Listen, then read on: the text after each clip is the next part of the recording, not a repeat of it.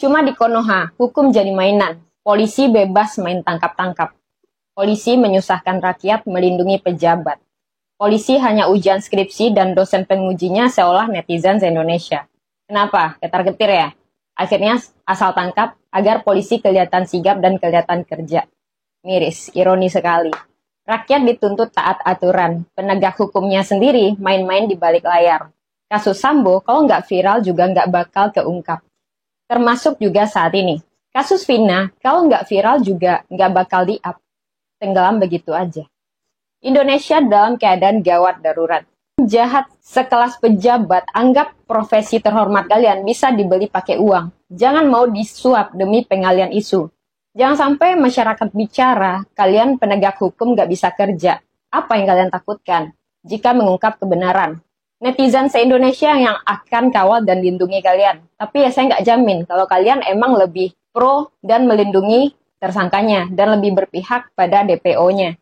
Ini saya bicara pada polisi se-Indonesia. Apakah tidak bisa pakai hati nurani sedikit saja terhadap profesi mulia kalian? Bapak dari kepolisian di sini resmi Pak, ada surat tugas nggak Pak? Ada. Boleh saya lihat Pak? Dan polisi belum ambil Pak. Belum ambil. Bapak Emmanuel dari mana Pak? Brimob mana Pak? Kelapa 2 ya. Tolong nanti sampaikan kalau nggak ada surat resmi, jangan ada oponen-oponen non sipil di sini Pak. Karena polisi itu tidak bertugas untuk menjaga orang-orang berduit Pak. Saya nggak tahu. Ya, enggak, saya kasih tahu Bapak aja. Karena kalau enggak, nanti saya telepon Pak Listio Sigit Pak. Ini saya kasih tahu Bapak. Ya, bilangin jangan jadi pengecut di situ. Dia nipu uang masyarakat ratusan miliar, Pak. Ya, jadi Bapak jangan bela orang yang salah. Ini Pak Listio Sigit, Pak. Saya nggak tahu. Tak apa-apa, saya kasih tahu Bapak. Nggak berniat bergetak atau apa, nggak ada pemberitahuan. Nih udah tahu ya, Pak. Jadi saya WA nama beliau.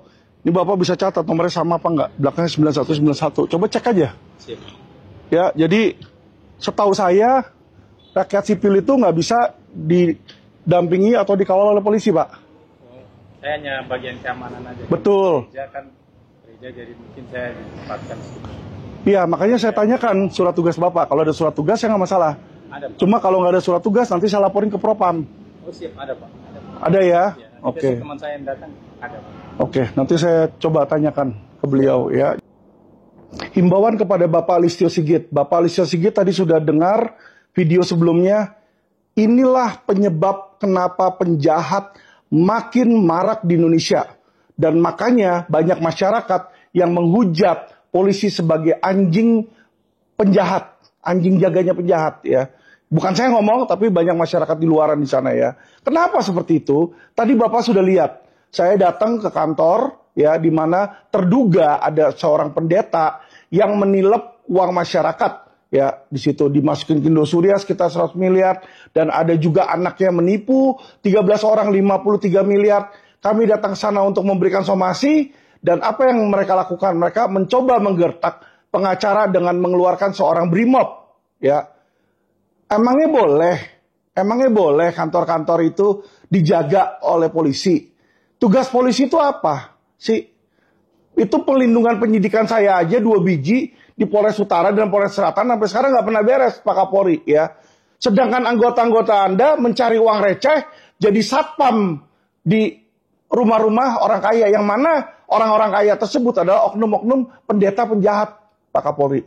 Jadi kalau ini yang saya berikan bukti inilah contoh bagaimana polisi menjadi oknum anjing penjaga dari para penjahat. Ya, dari para konglomerat-konglomerat di situ. Semudah itukah orang nipu duit orang? Nanti kalau dicari-cari sama korbannya, tinggal sewa aja polisi jaga rumah situ. Ntar kan orang takut untuk datang. Pak Polisi, Pak Kapolri, saya minta mohon ada perbaikan di institusi Polri. Ini yang kayak begini Pak Kapolri, tolong dipecat. Mana ada Brimob Kelapa 2 terus bisa jaga sesuatu ya, gereja yang kosong kagak ada apa-apa, kagak ada orangnya.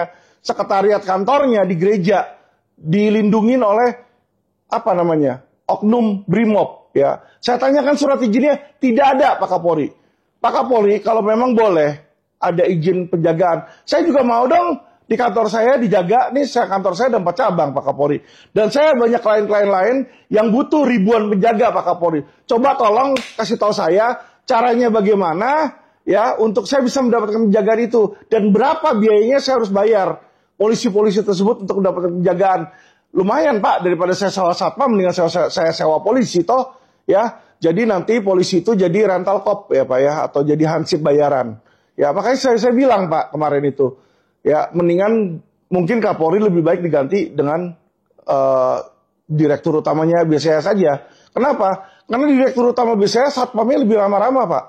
Ya, jadi kalau memang tugasnya polisi sama satpam sama, ya kan, ya udah gantiin aja ke satpam, ngapain gantiin polisi? Hebat loh sekarang polisi bisa jaga kantor-kantor orang.